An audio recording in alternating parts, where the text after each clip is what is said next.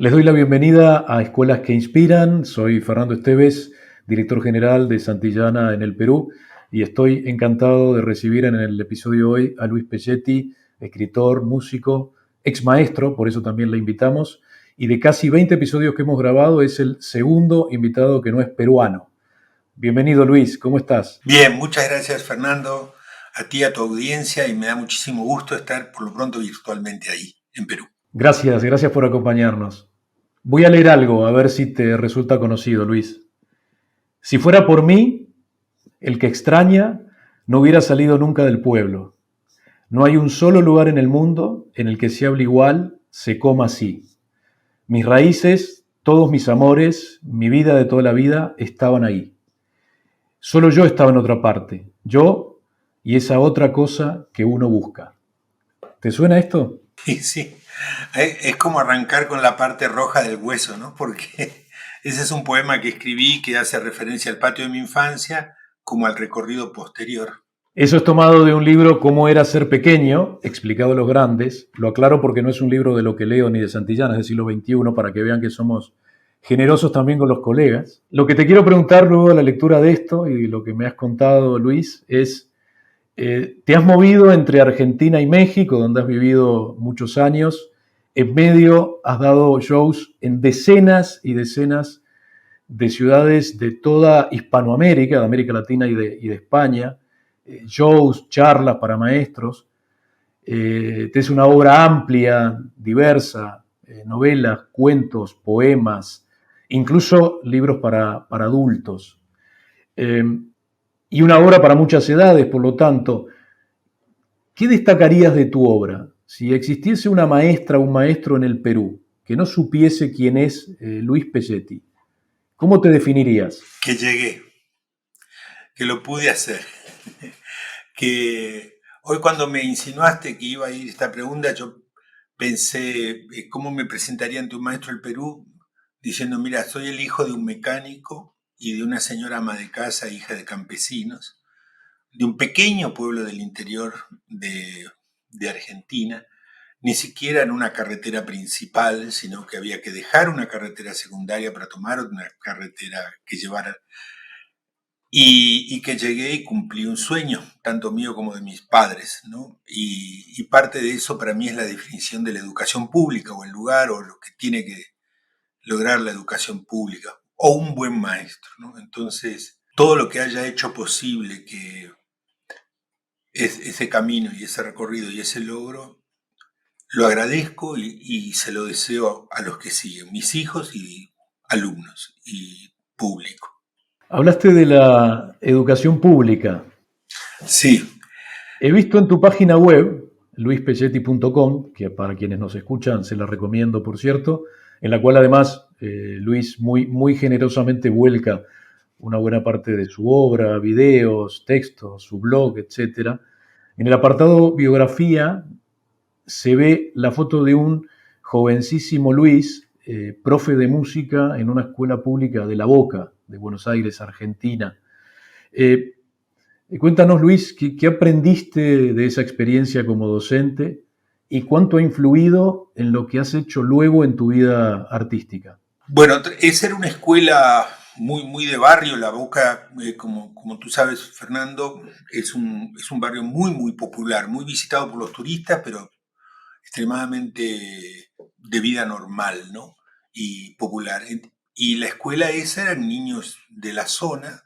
Yo era maestro de guardapolvo, como se le llama, de uniforme blanco, como se usa o se usaba también en esas escuelas. Y lo que aprendí es el llano y el trabajo de campo muy, así, con niños reales, cursos de 30 niños, con familias no elegidas por un sector social, ni por dinero, ni por na. Te llegaba como el autobús, como cuando te subes al transporte público y te toca lo que te toca, a un avión, te toca lo que te toca. Y eso yo creo que es una bendición y una suerte, y es algo que le recomiendo. Por supuesto, era un maestro joven que quería desarrollar una carrera artística y no veía la hora de que comience mi carrera artística. Y ojalá llegara lo antes posible. Por suerte, mi carrera artística se demoró. por suerte, fui un afortunado en eso, porque pude recoger mucho, Fernando, muchísimo trabajo de campo. Y de hecho, y con esto termino, en esa escuela, en el kinder, o sea, el jardín de infantes de esa escuela, ocurrió la anécdota que para mí fue la que dio inicio a todo, que me dijeron, profe Luis, esas son canciones para niños muy chiquitos, muy pequeños. Según yo tenía el repertorio, Fernando, más top. 100 canciones, desde el folclore a lo otro, aquello, a lo... Y tenía, según yo, todo lo mejor del repertorio de un profe de música. Y me dije, no, es que son para muy chicos chiquitos. Ah, y era la salita de 5, Fernando. No. Entonces, si la salita de 5 me decía que las canciones, que todo el repertorio que estábamos usando era para niños pequeños, algo estaba cambiando, ¿no? Como notarán seguramente los docentes y los papás peruanos. Luis, en el libro que cité, en tu libro Cómo era ser pequeño explicado a los Sí. grandes, se cita, Luis cita un epígrafe de Daniel Penac que dice, ¿quién me salvó a mí de la escuela sino 3 o 4 profesores? Así empieza uno de los capítulos de tu libro. Te he escuchado decir en una entrevista en México para Alas y Raíces que ningún niño respeta a un adulto que no se respeta a sí mismo o que no conoce su oficio. Los docentes, ¿qué deberían y qué no deberían hacer para gozar del respeto de sus alumnos? No deberían ser docentes si no les parece un trabajo calificado. O sea, si eliges la docencia pensando que va a ser más fácil, que tiene beneficios o que no es tan exigente, no deberías ser docente. Como no deberías ser cirujano, como no deberías ser piloto de avión, como no deberías ser mecánico, porque esa familia va a salir a la carretera con lo que hayas hecho. ¿Y qué sí deberías hacer? Pues sentirte muy orgulloso de tu tarea y ser el mejor en tu oficio, el mejor posible. La otra vez veía un documental de Miyazaki, el que hizo Mi vecino Totoro y esas películas, y él dice, yo hago cada película pensando que puede cambiar el mundo, que voy a cambiar el mundo. Por supuesto que no es así, pero yo la hago pensando que voy a cambiar el mundo, ¿no? Y entonces creo que así tenemos que trabajar. Yo hago los shows pensando eso. Y por supuesto que a los shows vienen 100, 1000, 2000 personas, no viene el mundo. Pero lo que cambia es esa convicción en uno si hace su trabajo, y lo recomiendo, pensando que va a cambiar el mundo. Pero si me permitís, por la cita que nombraste, ¿qué me salvó a mí de la escuela si no fueron tales maestros? Alguna vez recuerdo una entrevista en Perú y que los maestros durante la pandemia se quejaran agobiados por toda la que tenían que completar de planillas y datos e informaciones del ministerio y cosas así, ¿no?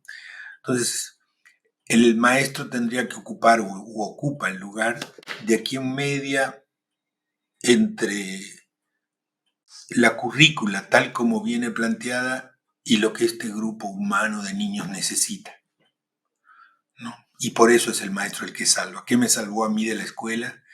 En el sentido de que la escuela, así como el libraco de cosas hay para que hay que hacer, es y no es. El maestro le da vida y le da voz a eso, ¿no? El interés por la música o la literatura, Luis, nace con uno o un docente la puede estimular. Yo creo, Fernando, que en parte nace con uno, sea por mis habilidades o las cosas que me cuestan. Yo no era muy buen deportista y estaba en un entorno en que el deporte importaba mucho. Entonces eso solo, como niño, me debe haber orientado hacia otro campo, ¿no? Entonces, y importaba mucho el deporte competitivo. Entonces, ahí había algún profesor que estaba estimulando eso y no el mundo que yo buscaba, ¿no? En algunos niños. Sino, entonces, y si un maestro hace matemáticas y mientras hace matemáticas pone música y bailan, y está estimulando la música. Si como maestro compartís yo recuerdo una vez, o sea, compartís lo que amás, lo que lees y te gusta los chicos están atentos al entusiasmo de los adultos. Yo era profe de música, pero estaba dando clases en un segundo grado. Profe joven, 22 años, qué sé yo. Y estaba leyendo las cosmicómicas de Ítalo Calvino. Me volaban la cabeza. No es una lectura para niños.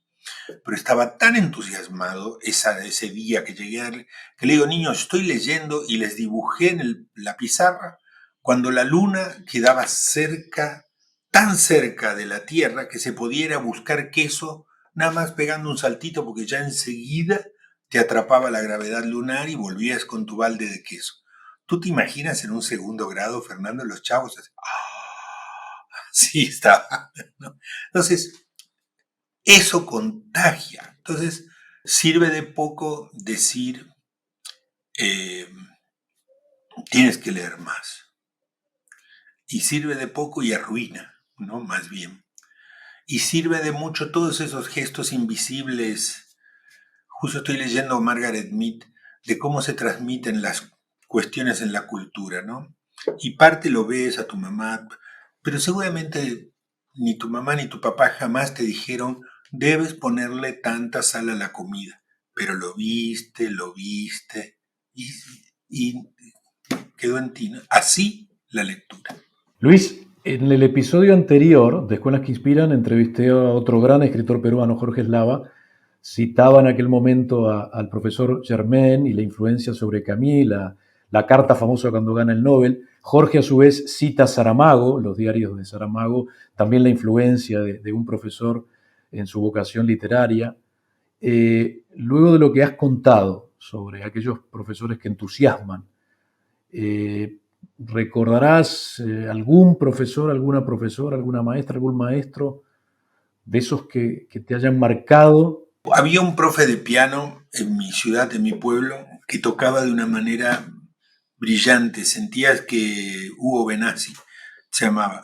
Se ponía en el piano y era lo más parecido a un hombre llevando en un baile a una mujer. Era realmente, no sé, transmitía algo bellísimo, enorme, vital, potente. Y dos hechos en mi primaria, cuando estaba en quinto grado, una maestra me dijo, nos dio a escribir una redacción y cuando yo entrego la mía me dijo, no, eso no lo hiciste tú, ¿quién te ayudó? Digo, no, no, sí lo hice yo. No, acá te ayudó un grande. No, no, sí.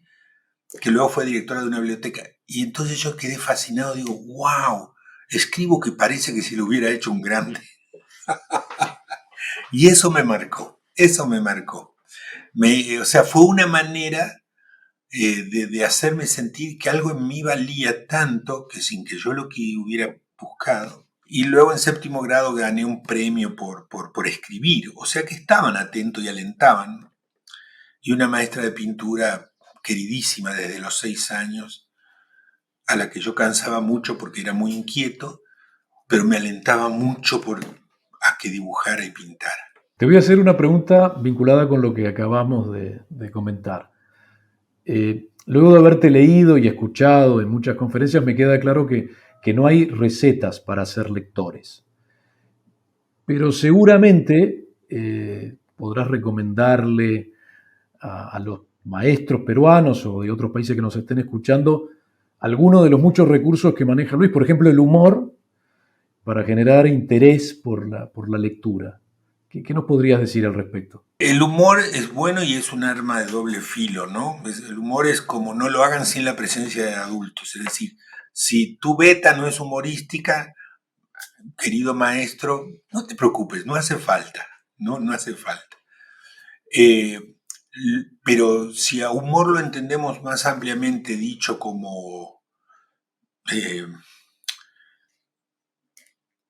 que no hace falta ser tan ceremoniosos frente al altar de la cultura y buscar un libro y si nos gusta y si no cambiamos y dejamos y hacerlo más lúdicamente y más suelto, eso seguro hace falta, ¿no? Pero digamos que tú quieres, que yo quiero fomentar la lectura en mis hijos, pues no queda de otra que buscar, compartir, ir a una librería juntos, buscar un libro que nos guste a los dos y acostarme con ellos y leérselos, o leérselos y leer y compartir y compartir. Eh, Busquen lecturas que les gusten, sean tolerantes con los que no les gusta. Los chicos compartan con mucho cariño, ¿no? Compartan con mucho cariño y busquen muchos libros. Yo siempre digo, lo del maestro y los libros tiene que ser como la tiendita de la esquina. Tiendita le dicen en México, ¿cómo se llama en Perú? El almacén, Sí, la ¿no? tiendita. La tienda de Sí. abarrotes, la del barrio, no el supermercado. Si tiene menos cosas que tu casa, está fregada. Entonces, va mal, ¿no? Tiene que tener más cosas que tu casa para que den ganas de ir a la tiendita. Entonces, el maestro tiene que conocer más libros que sus familias a las cuales le da clase a los hijos. A la tiendita en el Perú le diríamos la bodega. La bodega, ahí está. Entonces, la bodega tiene que tener más cosas que tu propia alacena. Luis, a propósito de esto, has visitado, no sé si exagero diciendo cientos de escuelas en toda América Latina, urbanas, rurales. Es un tema que además me consta que te interesa mucho, porque te interesa escuchar a los chicos, tener contacto con ellos y a los maestros, sus preocupaciones y demás. En esta línea del maestro, la maestra entusiasta que acababas de describir, ¿alguna experiencia que te haya tocado de cerca con algún maestro, maestra o niño o niña lectora de tu obra que recuerdes y que quieras compartir? Demasiadas, o sea, no se resumen en eso, o sea, maestros y maestras que hacen los juegos en zonas de selva, con niños tosiles y celtales, en hospitales con niños en tratamiento oncológico, niños que pasan tránsitos de enfermedad increíble y luego te escriben los papás, gracias por acompañarnos en un momento. O sea, todas esas te tocan mucho, son demasiado fuertes. Estuviste cuando se dormía, estabas cuando... Es muy fuerte todo eso. Son muy inspiradoras y finalmente todo nace en que en los cuentos yo lo único que trataba, o en las canciones, era de responder, como te dije en la pregunta inicial, a que a los niños no les resultaran canciones para chicos muy chiquitos. ¿Te acuerdas que dije que los de salita de 5 se quejaban? Entonces yo no quería transformar la canción infantil ni mucho menos. Pero los de 5 me estaban diciendo que las canciones eran para niños chiquitos. Entonces, ¿qué hice? Bueno, nada más conté algo que les pasaba a ellos. Un Jorgito de la sala de 5 estaba enamorado de Marisol de la sala de 5 y Marisol, que se sabía bonita, no lo pelaba. Y entonces yo hice una canción para ellos dos y les gustó a todos y luego la seguí cantando. Y con Natacha fue lo mismo. Yo no quería bla, bla, bla, bla, bla. Pero empecé a reproducir lo que escuchaba en los recreos. Y con esto termino. Y después Natacha estuvo en España, en toda Latinoamérica y qué sé yo. Entonces, a los niños les pasa como nos pasa a los adultos, que agradecemos vernos representados afuera. Cuando nos reconocemos afuera sentimos alivio. Los niños también. Y si no se ven representados se sienten invisibles. Entonces, mira a tus niños y escribe para ellos o trata de encontrar libros que reflejen a tus niños. No tiene que ser reflejo fotocopia, puede ser Harry Potter, porque lo que tiene que reflejar es su voluntad de que la vida vaya ¡fua! Más allá, muy lejos, salvar a todo el mundo, derrotar al más malo. Cualquier niño de la sala de 5 te dice, ¿te imaginas, papi, un láser de lava que tire un chorro? O sea, mínimo. Hay quien seguramente no sepa, dudo que no lo sepa, pero que has trabajado mucho en televisión y en radio, en Argentina, en México, y sé también que hay algo que te preocupa o que te ocupa mucho, sobre lo que has reflexionado mucho y has escrito y has hablado en conferencias, que tiene que ver con la irrupción de lo digital. Con la irrupción de lo digital en la creación, en tu creación como artista, como escritor, como músico, y también como medio para promover la lectura y la música. Me gustaría cerrar con una reflexión de Luis a propósito de esto. Voy a tratar de ser breve. cuando yo nací, Fernando, había una estufa a querosén, que es un combustible muy, muy barato en casa, una sola. Mi papá la ponía donde comíamos, luego iba a un cuarto, luego a otro cuarto, luego había que sacarla afuera para apagarla.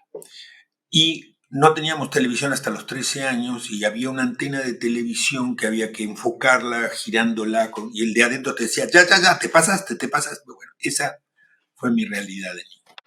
Hoy cualquier niño tiene el streaming de todos de las principales, así, on demand, miles de películas. Y tiene además las redes sociales. Y seguramente estará más atento que ver todo eso a que lo vean a él produciendo un videíto en TikTok, ¿no? Entonces, en ese contexto digital, en ese entorno tan pródigo y tan que termina produciendo como cuando una mesa buffet está que no te dan ganas de comer. En ese entorno, lo que hace la diferencia es la presencia y lo que uno puede acercar en la relación uno a uno, como papá, como maestro. Entonces, en una época tan súper, súper digital, donde tu hijo, tu alumno, tiene un acceso sin límite, no pretendas los mismos resultados de un libro, porque ya no estamos en la época de Cinema Paradiso. A mí me pasó ir a actuar a Sinaloa, Fernando, a un pueblito donde no iba nada. Entonces llegar yo y había desde el abuelito hasta el recién nacido, o sea, de todo. Pero es muy raro eso, ya no pasa eso. Entonces, ¿qué es lo que hace la diferencia? Que tu maestro, tu papá o mamá, sigas siendo gestor cultural de tus hijos o de tus alumnos. Y ser gestor cultural es, mira, te voy a compartir algo que vi y que sí está bueno para ti. Porque el algoritmo probablemente te lleve a unos chavos muy jóvenes que van a querer hacer cosas muy disruptivas para llamar mucho la atención, y el año que viene ya van a estar quemados de querer hacer lo mismo todas las semanas y va a haber otros nuevos, como las filas de la feria, ¿verdad, Fernando? Siempre hay un youtuber cuya fila es más larga y el año que viene, pero es otro, y el año que viene, pero es otro. ¿Se entiende? Entonces la respuesta sería, en este entorno, no te creas que ya no vale ser persona y estar enfrente. Vale mucho, vale más que antes, y no abandones tu rol de gestor cultural. Sigue ofreciendo libros, cómics, y dentro de los videos, checa cuáles sí y cuáles no. Gracias, Luis, por haber participado en Escuelas que Inspiran. Te invitamos a que hagas una reflexión final para los maestros y maestras del Perú. Bueno, muchísimas gracias, Fernando, a ti y a tu equipo por la invitación. Y yo a los maestros, como dije al principio, le debo el haber llegado, ¿no? ¿Te acuerdas que dije al principio de la plática? ¿Qué le dirías a un maestro? Que llegué, ¿no? ¿Qué fue lo que le dijo Camus, que en algún momento nombraste a su maestro? Gracias, ¿no? Entonces, los maestros de alguna manera estamos en el origen y en el destino de nuestros alumnos, y a la vez hacemos eso que para mí es fundamental en la democracia, que origen no sea destino, ¿no? Entonces, maestros, alienten con mucho amor a sus alumnos, a su propia tarea, y yo como alumno de escuela pública muy agradecido, les estaré agradecido en mis hijos, en los nietos, en todo lo que siga. Muchas gracias. Gracias, Luis, y gracias a quienes nos han escuchado. Les invitamos a que nos sigan en nuestros canales de Spotify y YouTube. Muchas gracias.